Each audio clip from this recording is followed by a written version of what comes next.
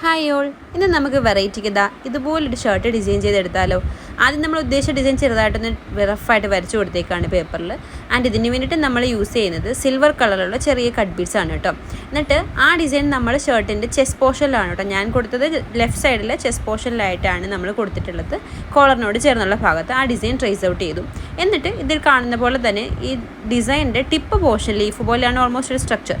Tip ഭാഗത്ത് 2 beads വെച്ചിട്ടും ബാക്കിയുള്ള 1 2 3 4 സ്ട്രിങ് വെച്ചിട്ട് 3 ബീഡ്സും വെച്ചിട്ട് ഡിസൈൻ കംപ്ലീറ്റ് ഔട്ട് ചെയ്തിട്ടുണ്ട് കേട്ടോ. ആൻഡ് ഫൈനലി ഇതെല്ലാം നമ്മൾ ഓരോന്നും ഇതുപോലെ തന്നെ സ്റ്റിച്ച് ഔട്ട് ചെയ്തെടുത്തപ്പോഴത്തേനും വളരെ ബ്യൂട്ടിഫുൾ ആണ്. കാരണം ഈ ഒരു ഗ്രീനിഷ് കോംബോയിൽ ഈ സിൽവർ ബീഡ്സ് വന്നപ്പോൾ, സിൽവർ നല്ല ഒരു ഗ്ലിറ്ററിങ് ഉള്ള ബീഡ്സ് ആണ് കേട്ടോ.